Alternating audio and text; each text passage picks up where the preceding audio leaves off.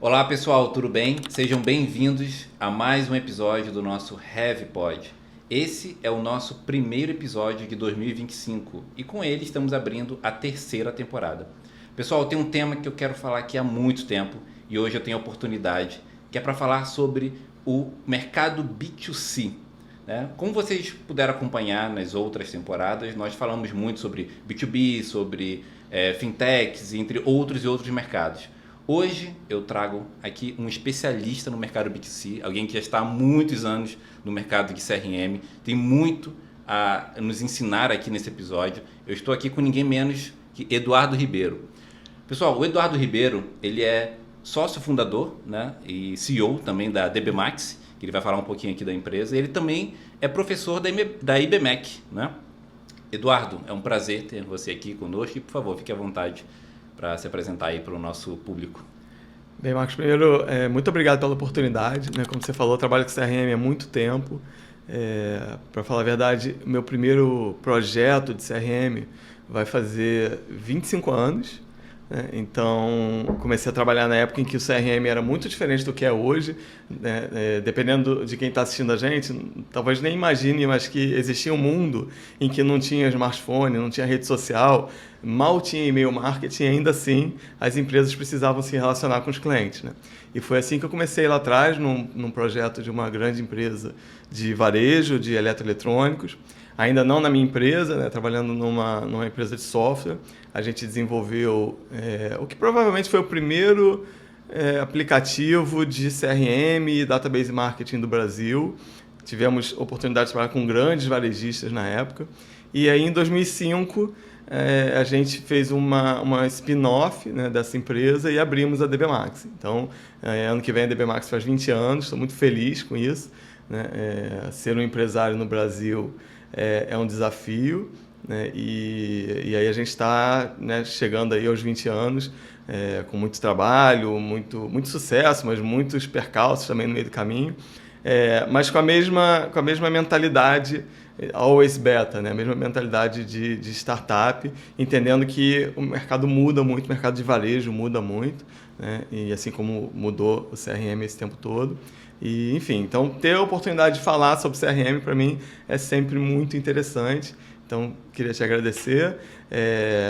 Falar um pouquinho da DBMax, rapidinho, né? A DBMax é uma empresa de ciência de dados aplicada ao CRM. Né? O que diferencia isso de uma agência de CRM? É engraçado que, às vezes, a gente vai conversando, né, e fazendo alguns projetos, alguns trabalhos, e as pessoas falam, nossa agência de CRM, nada contra, né, esse termo da agência de CRM, mas a gente começou como uma empresa voltado para dados, né, para entender que o CRM ele vai variar muito de acordo com a maturidade de cada marca. A gente vai falar muito de varejo, né? Então, a maturidade de cada marca, o posicionamento, as estratégias, as metas. Então, CRM precisa se adaptar a essa realidade. E o jeito que a gente viu desde o início de se adaptar a essa realidade foi usando os dados. Então, hoje, é meio que moda, né? Quando eu comecei a trabalhar com isso, não existia o termo cientista de dados ainda, por exemplo. Então, eu fiz o meu mestrado em mineração de dados, que é um termo que hoje ninguém usa mais, quase, né? Mas sempre foi algo que nos interessou muito, olhar para os dados e, a partir daí, trabalhar usando muita tecnologia, mas usando também muita estratégia, muito trabalho de consultoria, de mentoring, etc., para fazer CRM. Então, enfim, vamos lá. Puxa aí o assunto, Só tem isso, bastante né? coisa. Só isso, né? Tá bom. Ribeiro, então assim, assim, você falou tantos assuntos que eu comecei a reformular aqui diversas perguntas que eu poderia fazer para você. Mas eu vou abrir aqui do mais básico. Eu vou começar aqui no mercado de varejo, né? Vamos falar um pouquinho do CRM voltado para o varejo. Eu acompanhei, né? Assim, eu até acompanho a DBMax, eu fui funcionário da DBMax, né? Isso para mim, eu sempre digo, foi uma empresa que me ensinou muito, justamente por essa mentalidade muito à frente do tempo. Né? Você já era um cientista de dados quando ninguém sabia exatamente o que era isso, e você falava muito de dados quando todo mundo achava que era normal tomar decisões baseando-se em opiniões, algo assim do tipo. Né? Hoje todo mundo já sabe que esse é o caminho, mas então isso significa que você já está pensando em coisas além. Quando a gente pensa no varejo em si, eu vejo algumas movimentações mistas em relação ao uso do CRM em torno do varejo. Principalmente, assim, pensando um pouco... a gente trabalha com a HubSpot, né? Mas não falando só da HubSpot. Eu vejo que o mercado das grandes plataformas de CRM hoje em dia, eu não vejo tanto o varejo nelas, né? Assim dizendo. Mas eu sei que o varejo ama o CRM. Então, sempre passa pela minha cabeça, porque sabe que a gente não podia ter mais empresas do ramo? Eu sei que você trabalhou muito no mercado de moda, por exemplo. Então, eu estou falando alguma besteira ou isso realmente está acontecendo? Se isso está acontecendo, é uma questão de plataforma, é uma questão de cultura, é uma questão aqui do nosso país? Como é que você enxerga esse comportamento? Então, Marcos, acho que primeiro, dando um passo um pouco atrás, assim, CRM é um guarda-chuva muito grande, né? Assim, a gente fala, tem muita coisa cabe dentro do CRM, né? Então, isso para mim, na verdade, sempre foi um grande desafio. Hoje em dia, o CRM ele já é mais reconhecido, né? Como sigla, como negócio, como ciência. Mas, quando a gente começou, a gente tinha que antes explicar o que era o CRM. E para falar a verdade, assim, não é muito fácil explicar o que é CRM, porque isso engloba muita coisa. Então, você falou que eu assisti alguns episódios, e você falou que nas primeiras temporadas falou muito sobre B2B, e que agora a gente olharia um pouco mais sobre B2C. E é muito engraçado você realmente conseguir botar dentro de um mesmo guarda-chuva, de um mesmo tema, tanto uma plataforma, uma estratégia, uma tecnologia que ajuda, por exemplo, a uma grande empresa fazer prospecção de negócios com um gerente de conta para outras empresas, fazendo uma relação B2B, e você coloca dentro desse mesmo guarda-chuva uma marca de moda, por exemplo, que atende a 300, 400 mil clientes por ano, né? E aí como é que você junta essas duas coisas e faz e olha para uma tecnologia, por exemplo, que pode ser flexível o suficiente para atender isso. Então, na minha cabeça, na minha concepção, quando a gente fala de CRM, a gente pode começar a compartimentalizar um pouco isso, né? Então, tem um pedaço do CRM, né? Isso não está no livro, não é nada, né, comprovado científico ou academicamente, isso é uma coisa que tem claro na minha cabeça, e você pode discordar, as pessoas podem discordar, mas eu acho que tem um pedaço do que é o CRM mais transacional, que é o CRM mais tecnológico, que é onde entra, por exemplo, uma plataforma de automação como o HubSpot, ou como inúmeras outras que existem no mercado. E existe toda uma parte de CRM que tem a ver com a retaguarda, com o back-end, tem a ver com a própria filosofia da empresa funcionar. Então, voltando aqui à sua pergunta, fugi um pouco dessa pergunta, mas voltando à sua pergunta, eu concordo contigo, eu acho que o varejo, ele já sabe, ele já percebeu a importância de se relacionar com o cliente, mas o varejo, em geral, posso estar cometendo sacrilégio aqui, mas em geral, ele ainda não é muito maduro em termos de gestão. É claro que isso mudou muito nos últimos anos. A gente tem empresas de varejo que se consolidaram, viraram grandes grupos, falou de moda, por exemplo, então viraram grandes grupos, abriram capital, tem uma estrutura de governança muito grande. Mas, na média, o varejo ele ainda é pouco, na minha visão, pouco maduro em termos de gestão. Mas ele já percebeu a necessidade de se relacionar bem com o seu cliente. Então, muita gente, por exemplo, no varejo, acaba recorrendo a uma ferramenta talvez muito simples, uma plataforma muito simples, fazendo e-mail marketing ou WhatsApp marketing, né? Que agora o WhatsApp está muito mais forte do que o e-mail, embora o e-mail não tenha perdido a sua posição. E aí diz que está fazendo CRM, né? Então eu tenho uma plataforma que dispara o WhatsApp em massa, mais ou menos igual para todo mundo, e aí tem uma área de CRM que cuida do disparo de WhatsApp, né? E na minha cabeça, assim, CRM é muito mais complicado, muito mais complexo, pode ser muito mais relevante do que isso. Então, acho que você está certo nesse sentido de que a gente vai ver algumas marcas usando uma ferramenta de disparo de e-mail não integrada com uma ferramenta de WhatsApp e vai dizer, não, a gestão do relacionamento com o cliente é muito importante, mas está fazendo aqui usando ferramentas que talvez sejam menos maduras, com dados que não estão integrados, sem ter uma estratégia consistente com a estratégia de marca, e a gente realmente vai ver muito isso no Brasil. Você validou uma ideia que eu tinha, né, sobre esse ponto do nível de maturidade. Tem alguns mercados que realmente são assim. Um exemplo, o mercado de mentoria, né, infoprodutos e mentoria. A gente tem um episódio sobre isso. E sei, nesse ano eu comecei a conversar mais com os players desse mercado. Esses players desse mercado começaram a buscar até mais a HubSpot. Eu uso muito, claro, a HubSpot como termômetro, que é o ecossistema que eu estou dentro, mas não apenas isso. Eu converso com outros players também, até que usam outras ferramentas. Eu já tinha essa impressão sobre o varejo, né? E tem uma coisa que eu acho que agrava um pouco, até uma barreira de entrada, é o que você falou. Você falou, poxa, eu estou comparando o B2B, que tem um volume, né, de dados sendo trafegados, e o varejo que tem um outro volume, principalmente o volume de pessoas. Quando você fala no B2B, normalmente, dependendo da empresa, tem B2Bs grandes que operam ali com 10 mil, 20 mil contatos, né, leads, assim dizendo, e clientes. Tem B2Bs grandes com isso. Sim. Só que acho que nenhum varejo grande opera com isso. Isso é um número muito pequeno para um varejo. Então, e a gente sabe que as plataformas de CRM hoje passam muito por uma precificação desse tipo de volume. Então, eu acho que uma barreira de entrada é os gestores se assustam com esse preço. Então, tem grande varejista que tem uma base de 1 milhão aí entre clientes e tem varejista que quer. A pessoa está indo no seu PDV, me cadastra aí. Cada pessoa que vai no seu PDV está cadastrando no CRM, você vai criar uma base enorme, né? Mas, em contrapartida, eu vejo um mercado, não é exatamente varejo, mas ele tem algumas características do varejo que me agradam muito, que é o mercado de educação. O mercado de educação é um mercado que foca muito no CRM. Aqui, acho que no Brasil, várias grandes universidades são clientes de CRM. Na HubSpot temos vários, inclusive. Uma coisa que eu falo, todo parceiro HubSpot tem pelo menos um cliente de educação, porque são muitos que tem. E eles têm bases enormes. Tem cliente que tem base de 2 milhões, 3 milhões, 5 milhões entre leads e clientes. Né? Então, assim, a minha percepção é que, assim, sim, eu também acho que falta uma maturidade interna, tem toda uma questão, mas eu acho que o varejo tem lugares para se espelhar. Né? Eu acho muito que o mercado de educação ele é um mercado que pode ensinar o varejo a abrir as suas portas para isso. Né?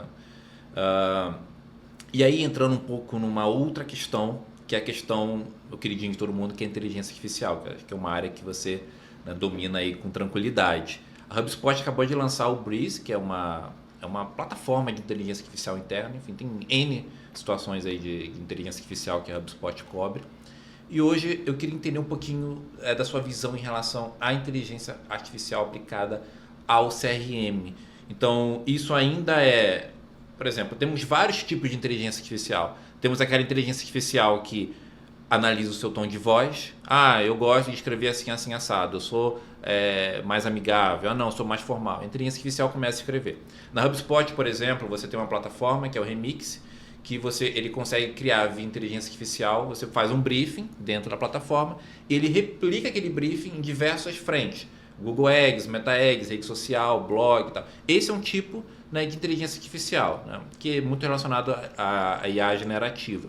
Mas a gente tem um outro tipo de inteligência artificial que eu acho que interessa muito mais o varejo, que é a inteligência, né, que é o uso mais inteligente da inteligência artificial, assim dizendo, que seria basicamente aplicação de estratégia com base em comportamentos transacionais relacionados às pessoas. Né? Como é que você enxerga que essa iniciativa de ter cada vez mais essa IA conectada ao CRM pode atrair o varejo para esse mercado? Eu acho que sim, eu tenho certeza que sim, tá, Marcos? Assim, é interessante que hoje todo mundo fala muito de IA, né? Então você vai num evento e 80% das palestras estão falando de IA e as outras 20% foram proibidos de falar porque queriam falar também de IA e precisavam ter um outro tema. E eu tenho certeza que... Eu até ouvi uma frase interessante um dia desses que diz assim, você não vai perder o seu emprego para IA, mas você pode perder para alguém que sabe usar inteligência artificial, né? Então, tudo no mundo, acho que ele vai ser melhorado cada vez mais com o uso da IA. E acho que sim, o CRM pode se aproveitar muito, né, do uso da inteligência artificial para fazer hiperpersonalização, para fazer uma segmentação melhor, para ajudar na criação de peças, né? Isso é um gargalo que a gente tem muito grande no CRM do varejo, é essa criação de peças, né? Porque assim, não faz sentido você ter uma mega segmentação super sofisticada, criar 38 grupos e você não ter uma equipe de design que só consegue fazer 2 ou 3 layouts de uma peça, por exemplo, de e-mail marketing. Vamos simplificar aqui, né? E aí, o que adianta você ter uma super segmentação, você ter uma super estratégia e ficar a reboque, né, de uma dificuldade de criação? Acho que a IA, por exemplo, pode ajudar muito isso. Mas eu, olhando para o mercado de varejo, olhando para o mercado brasileiro, eu acho que a gente pulou uma etapa importante. Tá? A gente está no hype da inteligência artificial e eu acho que a gente pulou o hype da engenharia de dados. Então, eu vou contar, sem dizer o nome da marca nesse momento, mas eu vou contar uma experiência que eu tive agora, muito recente, em que a gente está começando um projeto muito legal numa marca super reconhecida, uma empresa enorme, né? Super sofisticada assim, em termos de gestão, em termos de estratégia, um sucesso absoluto. E a gente está começando agora um projeto de uso de um aplicativo de agenda de vendedor para que os vendedores possam se comunicar através do CRM com os clientes dessa empresa, dessa marca. E normalmente quando a gente começa um projeto, mesmo que eu conheça a marca, a primeira coisa que eu faço é fazer algumas experiências de compra. Eu sei que não é estatístico, né, porque eu vou 1, 2, 3 vezes e isso é muito pouco para dar uma visão estatística de como é que está sendo o atendimento da marca, etc. Mas é para sentir um pouco do calor, né? Apesar de eu ser uma pessoa de dados, eu acho que a intuição, a experiência, ela soma com os dados, né? Então, e aí eu fui numa loja, né, dessa marca, uma loja própria. Essa marca tem muitas franquias, mas tem algumas lojas próprias. Então eu fui numa loja própria, que era uma marca, uma loja flagship. Então, assim, tudo favorável para funcionar bem o processo. E eu entrei, fiz um monte de perguntas, a pessoa que me atendeu super bem, não sabia que eu estava fazendo uma compra, uma experiência. Estava com um cliente oculto, né? Estava como cliente oculto, fiz, mas forcei algumas perguntas, né, sobre o produto, etc. Ela me atendeu super bem, eu comprei, né, o meu produto, fiz a conversão e fui embora. E simplesmente essa marca não me conhece, porque não fez o cadastramento, não perguntou meu e-mail, meu CPF, meu nome, não fez nada. Então, o que adianta você estar lá na frente pensando em usar a inteligência artificial para fazer uma segmentação de base ou a criação, né, de uma campanha dinâmica, etc., se na ponta você não estiver capturando esses dados, né? Então, isso é um problema que a gente vê muito no varejo. Às vezes, a equipe de loja fala coisas do tipo, não, mas o cliente ele se recusa a dar o celular, ele se recusa a dar o e-mail. E a gente sabe que isso não é verdade. Ele se recusa se ele achar que não é relevante para ele. Mas a gente trabalha muito tempo com isso e as pessoas, né, às vezes pedem, às vezes a pessoa lembra, né? É mais ou menos igual a companhia aérea, né? A companhia aérea, você faz questão de dizer quem é você, porque você quer acumular aquelas milhas, né? Então a gente... Acho que a gente pulou esse hype, né? Primeiro, tem uma necessidade de captação de dados, tem uma necessidade de tratamento desses dados. Muitas vezes os dados estão em silos dentro da empresa, né? Eu gosto de citar um exemplo do varejo que eu acho que mostra muito isso, né?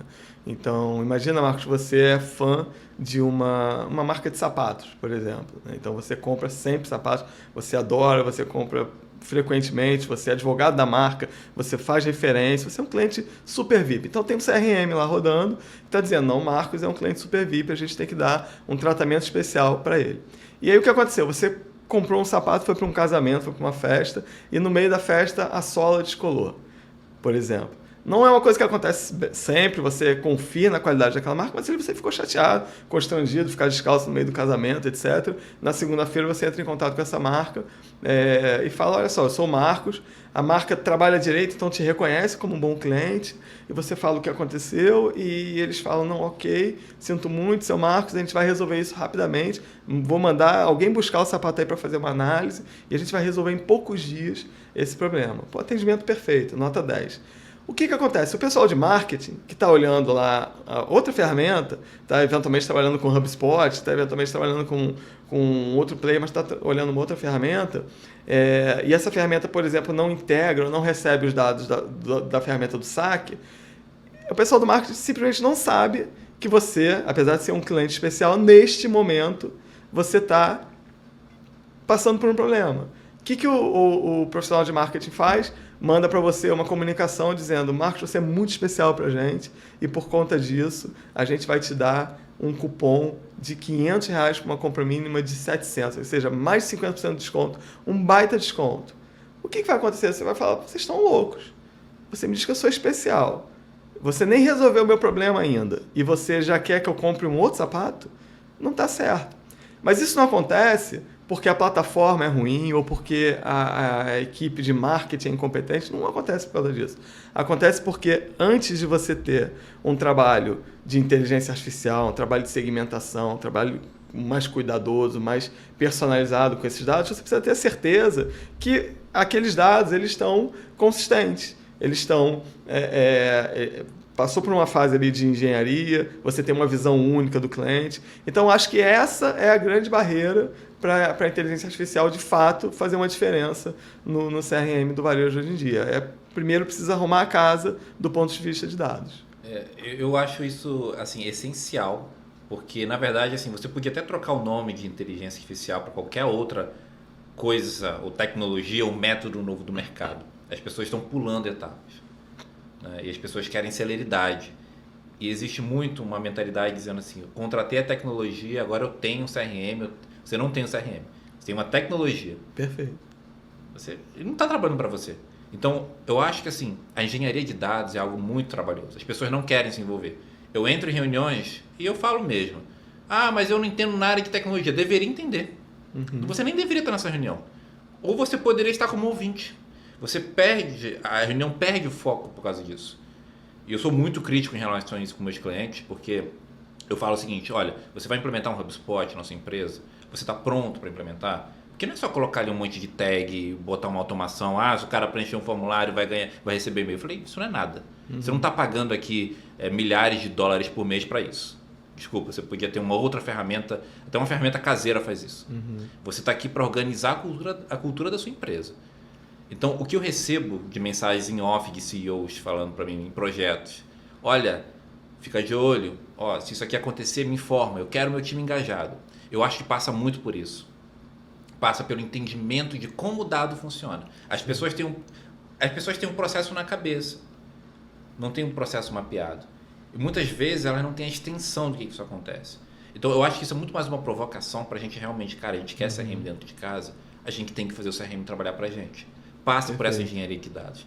Esse comportamento aí que você falou do ponto de venda, né, da pessoa se recusar, isso aí é um problema ainda mais difícil de resolver, porque ele passa por uma cultura que vai até lá o ponto de venda.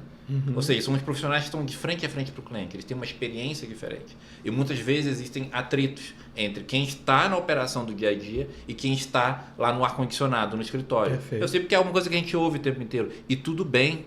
E isso vai acontecer. Eu já treinei várias centrais de atendimento que a pessoa da central fala uma coisa, o diretor fala outra. Não é que o diretor está... Assim, os dois estão certos em sua natureza. Mas isso é um problema. Se eu não conseguir engajar aquela pessoa que está ali na frente, acabou o projeto. Perfeito. Não é isso? Perfeito. E aí você falou de um ponto bem legal, que é sobre a integração entre ferramentas. Que na verdade é uma integração processual. Né? Então você fala, por exemplo, vamos falar aqui do varejo, né? Tá falando, você tem um sistema de saque, por exemplo, a HubSpot hoje ela abraça esse mundo, né? Ela tem um saque interno que é o Service Hub, tem um processo de vendas, processo de marketing, ou seja, teoricamente você tem todo ele integrado ali dentro, você consegue fazer pesquisas, você pode, claro, usar soluções de fora e entrar, mas tem uma coisa que a HubSpot não tem, que é muito importante para o varejo, que é o sistema transacional, né? Que o RP é algo assim do tipo, até a plataforma de e-commerce. Então, aqui no Brasil, a gente tem um player que é o Vtex, eu gosto muito de falar, e a gente integra ele maravilhosamente com o HubSpot, que as compras entram todas ali em tempo quase real entrando. Eu acho que isso é um começo para começar a mostrar para o varejo de que, cara, você pode fazer coisas grandes. Sim. Eu lembro que quando a gente, lá no DB Max, você me ensinou muita coisa assim que eu não sabia. Você me ensinou sobre recência, frequência e valor de compra. Você me ensinou sobre segmentações. E a gente fazia aquelas segmentações há 14 anos atrás num banco de dados. Coisa que no CRM você dá 2 cliques. No banco de dados você fazia um código ali imenso de fazer. Então, assim, isso que você trouxe, dessa dificuldade do varejo, para mim são as mesmas dificuldades que a gente já tinha 10 anos atrás. Isso não muda. Sim. Isso não muda. Isso me preocupa muito como uma parte do mercado que quer trazer essas pessoas para cá, essas empresas para cá. E aí eu te pergunto, o que a gente tem que fazer, Ribeiro? O que está faltando? É conscientização? é trazer mais essas pessoas para perto, é mostrar não só a ferramenta pode fazer. Eu posso encantar uma pessoa numa demonstração, mas talvez essa pessoa não está pronta para um projeto. Então, na sua opinião, quais são os passos para a gente trazer o varejo para um projeto de CRM mais sólido, assim dizendo? Eu acho que tem um pouco a ver com mentoria, tá, Marcos? Eu sempre acreditei nisso, por isso que a DB Max ela foi montada, inclusive, em cima desse conceito, em que a gente entrega tecnologia, mas a gente também entrega junto de forma opcional, né? Não necessariamente as pessoas podem querer usar a tecnologia por conta própria, mas a gente entrega junto de forma opcional, mas muito recomendada, alguns serviços, algumas camadas de serviço. E que camadas de serviço são essas? A gente tem uma camada de serviço de operação que as pessoas negligenciam a operação, né? Acham que a operação não é uma coisa nobre, né? Assim, é como se você fala, é braço e cabeça, mas todo mundo quer ser cabeça, ninguém quer ser braço. Mas é ali na operação, no braço, que as coisas dão errado ou dão certo, né? Então a gente tem uma camada que a gente pode entregar junto de operação, e aí já vi, né, funcionando em varejos enormes e também principalmente em varejos pequenos, né? Às vezes em varejos pequenos o head de marketing é o head de e-commerce, que é o head da marca, que é o head de estilo, né? Então, muitas vezes a gente chega num projeto e descobre que essa pessoa que está cuidando de desenvolver o produto, de pensar o planejamento estratégico da marca, também está operando ali o e-mail marketing, por exemplo. Então, a gente tem essa possibilidade de entregar essa camada.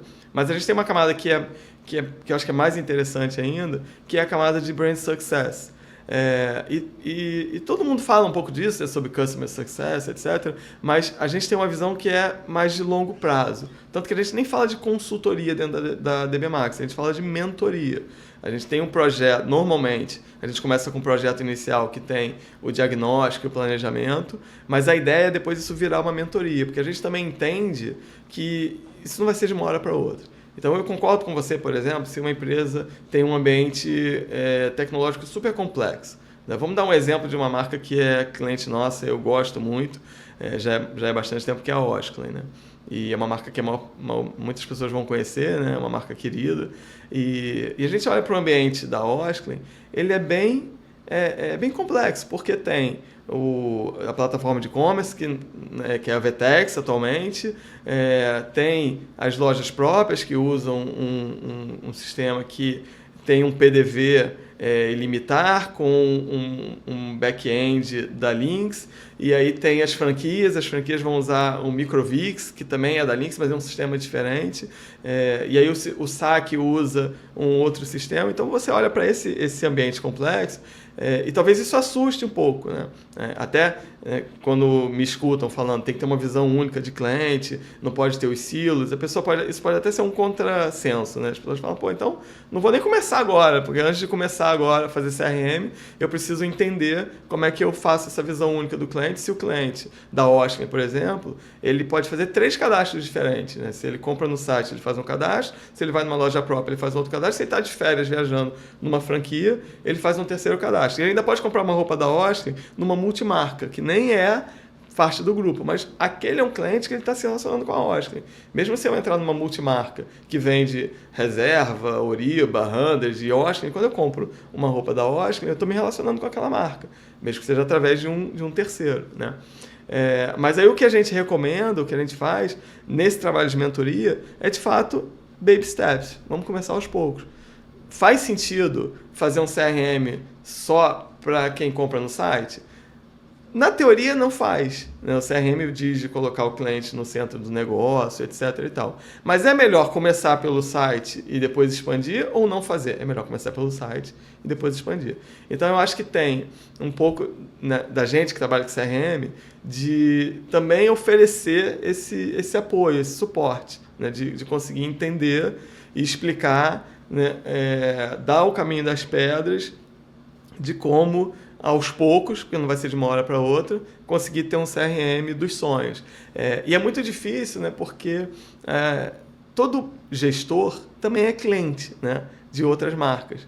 E a gente foi bem acostumado por algumas marcas, algumas empresas, principalmente empresas mais sofisticadas, internacionais, a ser muito bem tratado, né? Então, eu canso de ouvir alguma coisa do tipo, eu quero fazer um CRM porque eu quero ser igual à Amazon, né? Por exemplo. Inclusive, em e-commerce tem um pouco dessa história, de você não sabe o que fazer, faça como a Amazon, né? Então eu quero ser igual a Amazon, eu quero que o cliente entre no site, que o site se adapte à navegação dele, que faça recomendações que façam sentido. Eu quero ser igual ao Netflix, que quando eu acesso o Netflix, ele me mostra exatamente o que eu quero ver. Ele quer entrar numa lojinha, ele vê uma prateleira Amazon, aí ele quer pegar aquilo ali e colocar na empresa dele, pronto, agora somos a Amazon. Isso, né? isso. Só que tem um caminho para chegar lá. Agora, se não começar a caminhar agora, não vai chegar nunca. Agora, tem um caminho para chegar lá. Então, acho que respondendo a sua pergunta, acho que parte da nossa missão é isso. Todo mundo sabe já. Há 15 anos atrás, as pessoas talvez não achassem que isso era importante. Eu tinha que convencer as pessoas. Parece uma loucura isso, né? Mas eu tinha que realmente convencer as pessoas de que era importante gerenciar o cliente. O varejo, ele nasceu gerenciando o produto. Então, é muito comum que um dono de varejo saiba exatamente qual é a cobertura de estoque, qual é o markup, qual é o fluxo de produtos, sabe, né? Tudo do produto. Né? Vive a gestão pelo produto, que é super importante. Né? E antigamente a gente tinha que dizer, ok, mas o produto sem o cliente, a conta não fecha. Né? A conta, né? Você precisa de uma coisa com a outra. Não adianta ter um produto mal administrado, mas também não adianta ter, né, excelentes produtos e o cliente não se sentir atraído, satisfeito, fiel, etc. Então, começar a gerenciar o cliente era importante convencer as pessoas dessa necessidade. Acho que hoje as pessoas já sabem dessa necessidade, às vezes não sabem como fazer. Então, é aí que a gente ajuda, né, trazendo uma mentoria junto com a tecnologia. Isso é muito bom. E você falando, eu me lembrei de uma reunião que eu tive há muitos anos, antes da Hev, também era uma marca conhecida, não vou citar o nome, era um diretor falando, ele chegou assim na reunião e falou, olha, isso aqui, ele estava falando de marketing digital como um todo, tem muito tempo, e ele falou, olha, não importa o que vocês façam, a gente tem 3 produtos que se acabar o estoque já era, as vendas vão lá para baixo. Você tem que fazer o seguinte, manter esse produto sempre em estoque, enquanto esse produto tiver em estoque a gente vai vender, acabou o estoque. Eu fiquei pensando naquilo, eu falei, não pode ser isso. A gente não pode se resumir a isso. Eu tinha bem menos experiência que eu tenho hoje, mas assim... E eu arrisco a dizer que não tem muito essa opinião. Com certeza. Assim, isso atrapalha muito. A gente fez um diagnóstico de uma marca de varejo recentemente e é muito interessante porque os fundadores, eles são muito apaixonados pelo propósito e pelos produtos da marca. E é legal, porque assim, é muito verdadeiro. Tá? A gente hoje em dia vê muito branding que não é verdadeiro, né? Mas eles são muito verdadeiros. Mas é muito engraçado, porque aí, com a melhor das intenções, eu comecei a ouvir coisas do tipo, o problema é que o cliente não entende que o meu produto é diferente do concorrente que vende muito mais barato. Que o material que eu uso, vou dar um exemplo real, assim, eles usam um algodão orgânico que é produzido no interior do Brasil. Por quê? Porque não faz sentido, do ponto de vista da sustentabilidade, não faz muito sentido você usar um algodão orgânico que vem da China, né, que você entra numa marca e fala, algodão orgânico, mas ele veio da China. O fato desse algodão ter entrado num navio e ter navegado de lá até aqui, queimou tanto carbono que não faz muito sentido, não faz muita diferença. Tudo bem, é melhor queimar carbono com orgânico do que não orgânico. Mas se você de fato está preocupado com o impacto que o material daquela sua camiseta que você está vestindo, por exemplo, faz, você deveria olhar para esse tipo de coisa. Então eles usam um algodão orgânico que vem do interior do Brasil, né? E aí isso aumenta alguns custos. Então, só que a visão do fundador é interessante, que ele falou, o problema é que o cliente não percebe isso. Não, o problema não é do cliente. O problema é que a marca, de alguma maneira, não está conseguindo, ou não está conseguindo comunicar isso, ou não está conseguindo achar as pessoas que consideram isso um valor, mas o problema não é do cliente. Ele está apaixonado demais pelo produto. Exatamente. Tem alguns cases negativos, assim, dizendo, do fundador, do diretor que se apaixonou demais pelo produto, né? E o produto, enfim, a empresa quebrou. Exatamente. Tem essas histórias, né? Então é muito comum no varejo isso, a gestão interna, a gestão do produto, e aí você começa a perguntar do cliente, aí tem algumas pessoas que são sinceras e dizem, não sei quem é o meu cliente, não sei por que ele compra, não sei quais são as alavancas de fidelização, não sei nada disso. E tem o pior, que é aquela pessoa que fala, eu sei, o cliente é assim, o cliente é assado, o cliente compra por causa disso, e na verdade aquilo nasce de uma intuição enviesada. Né? Isso tem um caso que eu me lembrei, eu sempre falava, um caso lá, acho que foi até você que me contou há muitos anos atrás, eu nunca me esqueci. Eu não vou falar o nome da marca, mas é uma marca de varejo, de moda muito conhecida. É uma marca até assim, de médio e alto padrão. E tinha um diretor que achava que o público dele eram as pessoas que compravam ali na loja, que ele estava sempre presente, que ficava num bairro nobre, até acho que do Rio de Janeiro.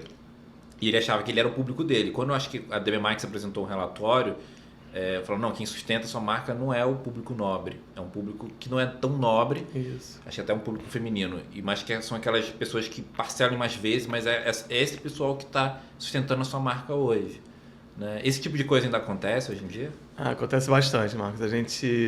Eu adoro o meu trabalho, eu adoro todas as etapas do trabalho, mas tem um pedaço que eu gosto muito, que é o pedaço de diagnóstico, né? Que a gente está chamando até de assessment agora, para usar o termo do mercado, mas basicamente é um pedaço em que a gente mergulha nos dados, né? Faz uma análise exploratória profunda dos dados da marca e também faz uma série de reuniões com partes interessadas para poder juntar aquilo que eu falei do dado da intuição, né? O contexto com o dado, etc. E já fiz mais de 50 diagnósticos de varejo, né, de empresas de varejo, diagnóstico especificamente de cliente, assim, maturidade do relacionamento com o cliente, quem é o cliente, como é que ele se comporta, etc. E eu posso dizer que 10 em 10 apresentações de diagnóstico, em algum momento alguém bate na mesa e fala, tá errado, esse dado aí que você tem tá errado. E aí a gente olha e fala, não tá errado. Você tem uma verdade absoluta dentro da sua cabeça, dentro da empresa, que ela talvez tenha sido verdade há 3 anos atrás e hoje em dia já não é, ou talvez nunca tenha sido verdade para o trade como um todo, só é verdade aqui na loja que você frequenta, por exemplo. E aí é muito interessante, porque esse é o momento que cai a ficha de que tem uma zona de sombra enorme que ele não estava, ele ou ela, né, como gestor daquela empresa, não estava prestando atenção, que o cliente é muito dinâmico, né? Então, assim, ele muda de um estalo, né? Então, para mim, isso acontece muito e é a parte mais divertida. Eu gosto de dizer que no diagnóstico a gente procura sempre um rabo de elefante, que é um negócio pequenininho, parece que não é nada, quando você puxa, vem um elefante enorme na forma de uma oportunidade ou de uma potencial crise que vai acontecer. Eu acho que assim, gestores inteligentes irão gostar muito de saber que alguém está olhando para a marca mais do que ele, né? Ou tem mais capacidade, quando eu digo capacidade, não uma capacidade humana, mas capacidade de recursos, né? Como uma empresa especializada como a DB Max tem para olhar. Enquanto outros podem ser resistentes. E quando eu entendo essa resistência, eu entendo que isso também atrapalha o próprio processo do CRM. Assim, para mim, acho que ninguém vai negar isso, porque o mercado fala muito que o CRM realmente aumenta a sua produtividade, ele aumenta o seu retorno, ele aumenta suas vendas, seu controle. Mas acontece aqui na prática, isso eu falo com muitos convidados, é que assim, não é fácil ter esse ROI. Então muita gente fala, o famoso tá caro. Eu vou até abrir aqui um quadro do tá caro, porque eu tenho perguntado muito sobre essa questão do tá caro, que é a percepção de valor. Mas é porque, assim, a gente ouve muito isso. Eu ouço, você deve ouvir, enfim, todo mundo ouve em todo lugar. Então, assim, é até uma educação pessoal que eu faço, até comigo, com a minha família, eu falando, pessoal, tá caro não existe caro barato, existe o contexto da situação. Então, é algo que eu tento passar também para os clientes. Então, quando eu trabalho hoje com uma plataforma de CRM que está longe de ser a mais barata do mercado. Então, é normal que eu não vou chegar assim pro cara e falar, pô, meu preço tá ótimo. A gente consegue, claro, condições comerciais, mas a gente nunca vai ser mais barato. Essa é a grande questão. E tem uma razão por isso. É a mesma razão da questão do algodão, porque tem algo por trás que acontece que gera um valor, uma cadeia de valor diferente. Só que quando eu olho para o varejo ele é muito tete a tete, né? Assim dizendo, eu acho que a questão do número, da produtividade ali, da venda unitária da coisa, o retorno daquilo, eu acho que é muito forte no varejo.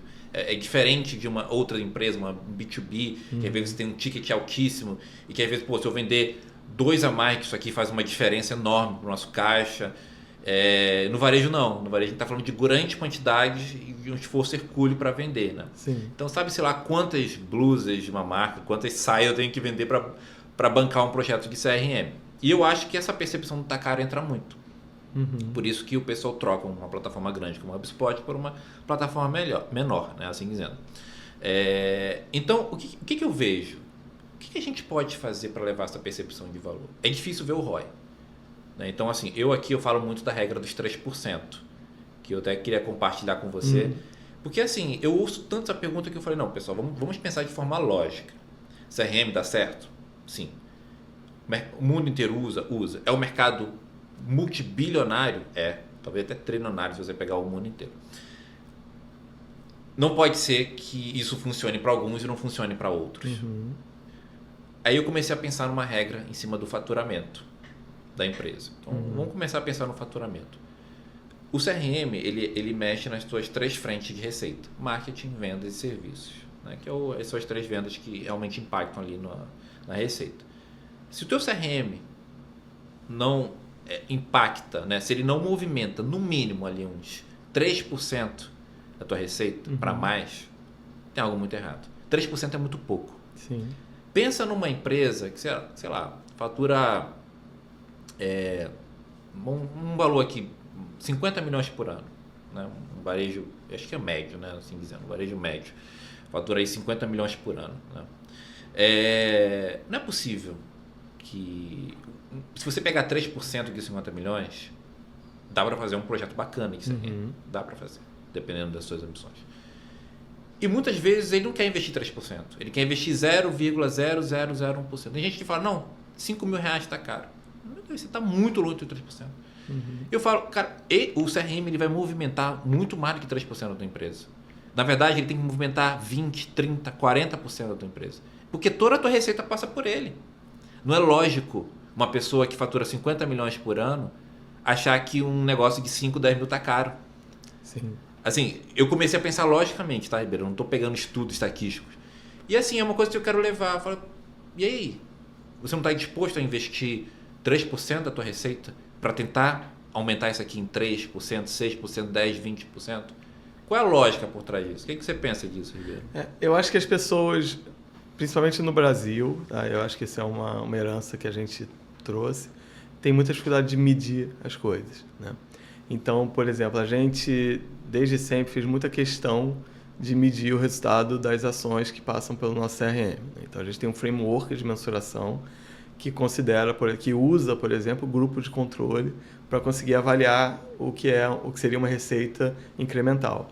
E aí é muito interessante, porque muitas vezes a gente vai mostrar esse cálculo. Então, é assim que a gente faz, a gente extrai uma amostra aleatória de um tamanho que seja relevante, faz o teste tirando esse grupo, depois avalia quanto que esse grupo converteu, desconta essa conversão de quem foi impactado, faz toda uma conta que acontece ali para chegar a esse valor e diga assim, então hoje o CRM movimentou 25%, né, desse ano, 25% de receita incremental por causa do CRM.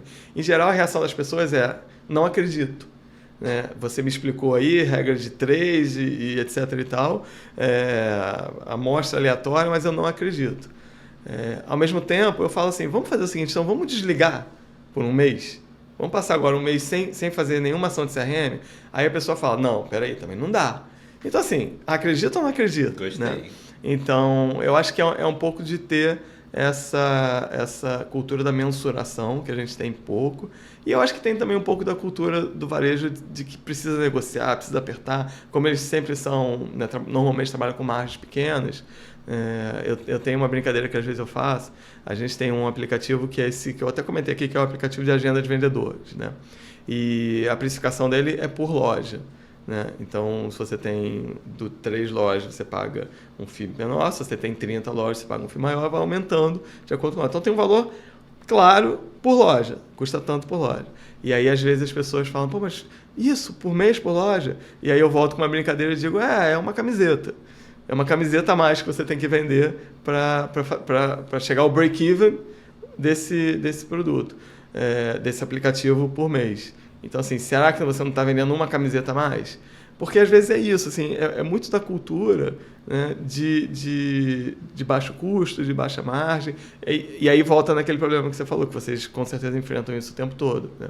A gente vive, hoje, uma realidade que alguém pode comparar o HubSpot, né, com uma ferramenta de disparo de e-mail, né, baratinha. né? E aí fala, mas eu usava uma ferramenta aqui que eu pagava X, agora você quer me oferecer uma ferramenta que custa 10X? Mas são coisas diferentes. Mas os dois não são CRM, os dois se chamam CRM, mas são coisas diferentes. Então, acho que é uma soma disso. E aí, como resolver isso, Marcos? Eu acho que é medindo, assim, mostrando, ameaçando que vai parar, assim, como uma brincadeira, obviamente, né? E aí, nessa hora, o responsável vai falar, não, eu não acho que dá para viver sem fazer o CRM mais, né? Então, acho que esse é o ponto. Fomentar a cultura da mensuração. E a cultura da mensuração, apesar dela ser algo científico, né, dados, é claro que as pessoas podem até duvidar. A gente vive num momento em que, às vezes, a verdade ela dança na nossa frente e nós passamos a duvidar da verdade. Né? Isso em todos os sentidos, né? Não estou entrando assim de que isso funciona para um lado e para o outro, não. Mas a gente passou a duvidar da verdade. Sim. A gente passou a duvidar daquilo que realmente acontece e aquilo que não acontece. E eu acho que isso está incorporando a gente como seres humanos e entrando no nosso trabalho. Eu acho que quem sofre com isso, é uma coisa até meio irônica, a gente está utilizando inteligência artificial, que é algo baseando-se em dados, e nós estamos num processo de tirar a credibilidade do dado. Sim. Como? Como que a inteligência artificial é algo tão grande? E ao mesmo tempo eu estou tirando a credibilidade, né? Então acho que existe um conflito aí. Perfeito. Por isso que eu acho que as relações humanas nunca foram tão importantes como elas são agora. Com certeza. Eu acho que o convencimento, assim que você, como eu falo, assim, nós somos um país muito relacional. Em algumas regiões do Brasil mais ainda. Então, é o que eu falo na HubSpot, olha, você negociar com o pessoal de São Paulo é diferente de você negociar com o pessoal de Belo Horizonte. É muito diferente. O carioca é diferente. Então, assim, tem pessoas que, dependendo da forma como você fala, ela já está mais aberta a você ou quer te conhecer um pouco melhor. Isso é normal, né? Então, uma coisa que eu falo é o seguinte, às vezes a gente não consegue conversar com dados, a gente tem que encontrar a pessoa certa. Sim. E aquela pessoa confiar em você, como você falou, o trabalho de mentoria. O trabalho de mentoria, ele gera uma credibilidade. Pode dar muito certo, pode dar muito errado. Ele vai falar, não, Ribeiro, você só falou besteira pra mim, cara. Pra mim, não rola. Eu já vi que os trabalhos de mentoria. Ou não, cara, os caras podem começar a te endeusar. O cara vai te perguntar o modelo do ar-condicionado que ele tem que usar na casa dele. Tudo ele vai te perguntar. E eu acho que passa muito por isso. E aí a gente passa por uma questão, né, político-cultural das empresas, né, que você está muito mais dentro do que eu do varejo. Você acha que o varejo também funciona muito assim ou você acha que não, é um pouco diferente? Porque eu vejo muito isso no B2B. No B2B isso corre a roda. Tem pessoas que eu já chego lá no HubSpot e falo, não, eu gosto do HubSpot, eu já usei, estou encantado. Eu só quero negociar preço aqui com você, ver como é que vai ser e eu já estou convencido da ferramenta. Como é que você enxerga isso hoje nas relações do varejo? Eu acho que é muito humano, eu concordo contigo. Acho que no varejo, a natureza do profissional do varejo, né, do gestor, do empreendedor, do empresário, ele é mais intuitivo do que racional, do que em termos de dados, mas o varejo também tem se tornado cada vez mais competitivo. Então, você olha gigantes, né, internacionais, que usam e abusam de dados, né, para fazer não só um relacionamento, mas até a produção de produtos, VM, relacionamento em loja, atendimento, decolando, e você que sempre teve aquele...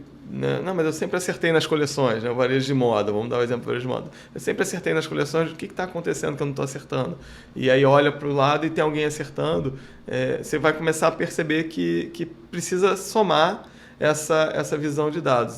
Mas em nenhum momento, por mais que a gente fale de dados, de tecnologia, em nenhum momento a gente pode esquecer que o CRM ele tem um foco no final numa pessoa, né?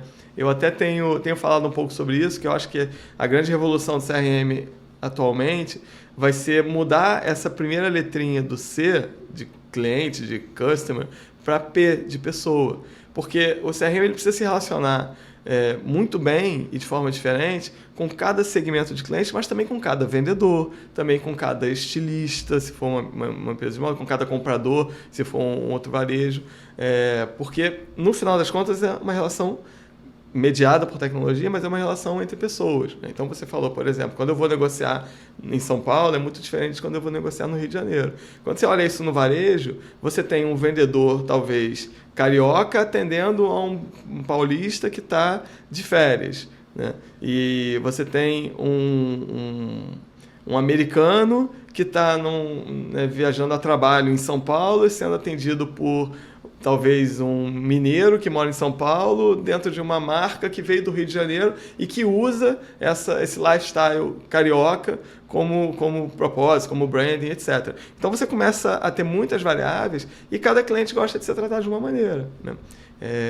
Você provavelmente já me ouviu falar isso lá atrás, e eu gosto de brincar que o CRM ele é a tecnologia para tentar trazer de volta a relação do seu Manuel da padaria, que é o seguinte: quando o seu Manuel está lá no balcão, numa padaria regional, e você entra, o seu Manuel olha para você e já sabe qual é o pão que você compra, já sabe, pergunta da sua família, como é que está seu filho, melhorou, não melhorou, passou a gripe, não passou, vamos levar hoje um pão doce que vocês gostam de comprar um pão doce no fim de semana, etc. Ele faz isso porque ele tem uma relação pessoal ali com o cliente da padaria. Quando a gente pega e transforma isso, né, em 1 milhão de clientes, em 150 pontos de venda, em talvez, sei lá, 15 mil ou 10 mil, 5 mil vendedores, isso facilmente se perde e vira o quê? Pasteurizado, né?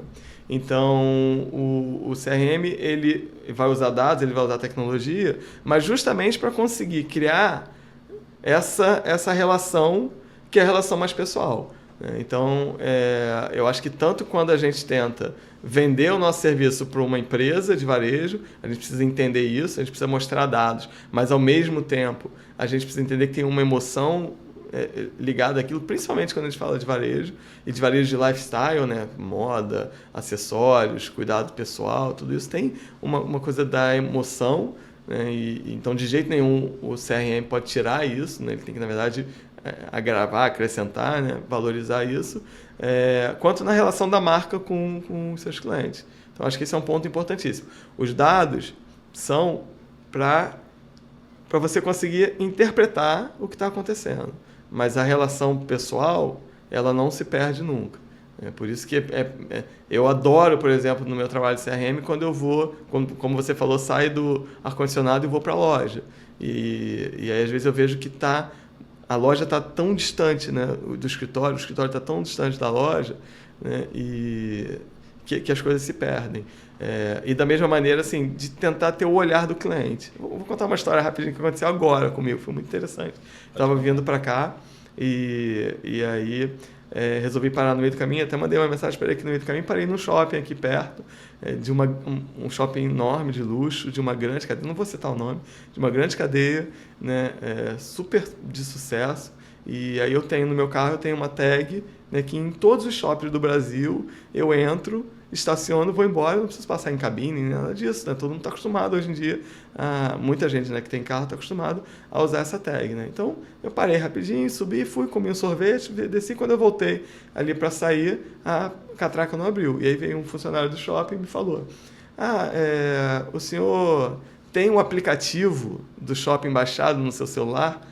Eu falei: não, porque você precisa baixar, você cliente, precisa baixar o aplicativo que você não quer ter no seu celular para fazer a integração da sua tag com aquele aplicativo para poder sair sem precisar passar sem precisar pagar com Pix ou passar na cabine. Ou seja, faltou o quê? Faltou o olhar do cliente. Alguém olhou o processo e falou: não, legal, a gente lança o aplicativo, esse aplicativo vai ajudar o cliente que quer frequentar aqui os shoppings do grupo, e aí ele já faz... Ok, mas o cliente, de repente, simplesmente não quer baixar aquele... Eu não quero baixar aquele aplicativo. E o atendente ali que estava do meu lado, era super simpático, ainda tentando, né?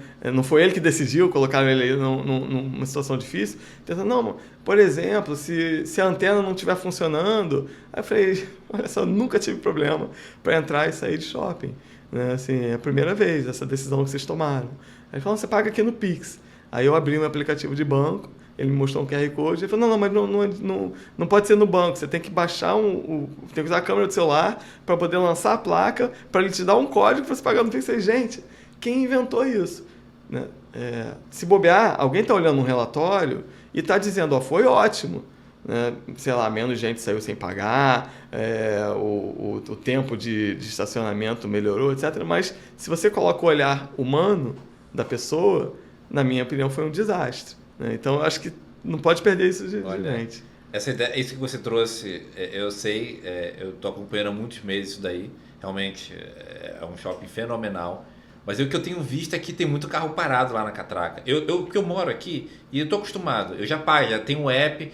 Para quem já está com o app no processo, ele é lindo, maravilhoso. Melhor do que aqueles de tag padrão. Mas a pessoa que não vem para cá o tempo inteiro, ou que não quer, como você falou, a pessoa não é obrigada. Ela tem um problema ali assim, ok, agora eu sou refém de ficar tirando tickets toda hora e tem que ficar no guichê pagando. Porque aqui vocês decidiram monopolizar e não deram uma opção B para as pessoas fazerem. Isso, né, num shopping dessa magnitude, né? Não é um shoppingzinho pequeno. Então, é a primeira vez... Eu sempre imaginei vendo as pessoas assim de longe. Tá? Você não é a primeira nem a última pessoa que vai ter esse problema. Mas é realmente isso. O shopping, né, apesar de... É varejo, né, assim dizendo. Tem a mente do varejo, deveria ter isso, com certeza. Tem uma questão aí que eu gosto muito de pensar, né, quando eu penso... assim, o varejo em si é um ponto de penetração que as plataformas de CRM como um todo estão precisando. E você falou muito dessa conexão, né, do varejo com o cliente final. Essa ideia da padaria, ela é sensacional. Todo mundo quer isso. Por quê? Porque o varejo muitas vezes é uma compra, nem sempre por necessidade, mas eu diria até que boa parte das vezes é uma compra que vai além da necessidade. Né? Você fala da moda, na moda tem muito isso, mas o varejo o varejo de moda não é o único varejo. Você tem varejo de imóveis, por exemplo. O varejo de imóveis, você quer decorar sua casa. Você pode ter uma casa sem sofá? Pode ter, mas você não quer ter. Então aquilo não é exatamente uma necessidade, né? Vamos falar assim, você não precisa de um sofá para viver. Mas então isso passa por toda uma cadeia ali de desejo. Sim. E quando você tem muitas lojas, como você falou, como é que eu faço para ser o seu manual ali da padaria? Tem uma baita memória que se lembra de cada um dos seus clientes. Né? E como é que eu faço que todo mundo me trate como seu Manuel? Muita gente que aplica de sentimento de dono, umas coisas que mais ou menos funcionam, mais para menos do que para mais. Mas o que acontece é o seguinte, eu acho hoje que os CRMs, as plataformas de CRMs, precisam realmente ter... proporcionar, né? Acho que a HubSpot tem sim esse caminho, mas proporcionar mais esse controle ali do indivíduo ali no ponto de venda, não só o número, não só a transação, não só a venda. Isso não adianta, tem que estar ali no controle. Eu acho que é algo que as plataformas de CRMs e os mentores de CRMs têm que vender isso para esse mercado. Eu acho que é isso que vai tocar o coração deles. Cara, você vai saber o que a cara da ponta está fazendo.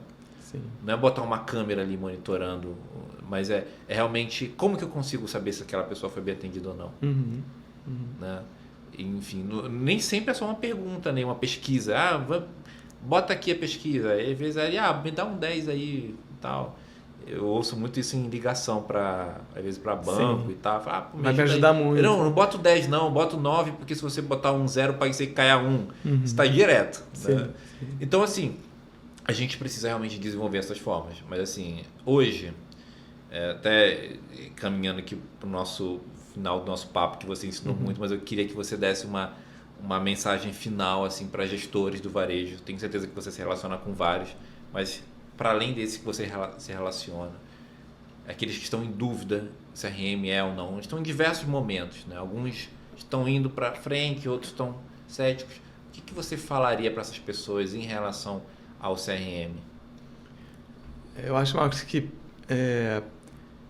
eu sugeriria a essas pessoas que se olhassem no espelho um dia e olhando bem no fundo do olho, assim, pensar se consegue dizer a plenos pulmões, assim, eu conheço o cliente da minha marca, eu sei como ele está em termos de satisfação, eu sei o que ele quer, eu sei porque ele compra comigo, então eu estou seguro de que uma peça fundamental da minha engrenagem, que é o cliente, que na minha visão deveria ser a peça mais importante, que ele está sobre a minha gestão. Eu acho que hoje, de verdade, são muito poucos gestores de varejo que podem dizer isso com segurança. Assim, eu sei quem é, parece aquela coisa do Globo Repórter, eu sei quem é, o que come, como vive e como se reproduz. A maior parte das pessoas não pode ter essa segurança.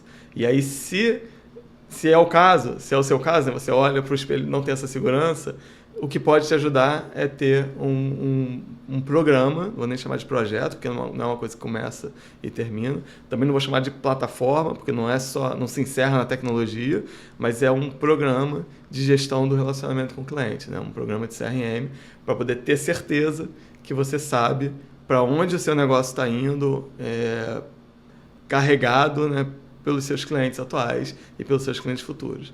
Acho que esse seria o grande desafio. Se você olha no espelho e fala, eu tô tranquilo, eu tô confortável, então não precisa procurar gente, Marcos, já está bem. Mas se você olha e fala, putz, não tenho certeza se eu sou tranquilo ou confortável, eu acho que tem que procurar uma empresa, uma mentoria, um pessoal de CRM, porque esse é o caminho para a gestão de verdade, assim, desse personagem, né, que é quem lembra de você, vai até o seu site ou a sua loja, faz a primeira compra, faz a segunda compra, recomenda, fala bem, fala mal. Esse personagem que é super importante para o varejo. Resumindo o que você falou, assim, você pode até viver sem um CRM, mas a gente não sabe até quando, né? Então, a concorrência está muito forte. Sim. A qualquer momento ela pode te engolir. Você não vai ter tempo hábil para conseguir reverter a situação. Isso acontece, né, no varejo. Porque como a gente falou, assim, também não é simples, né?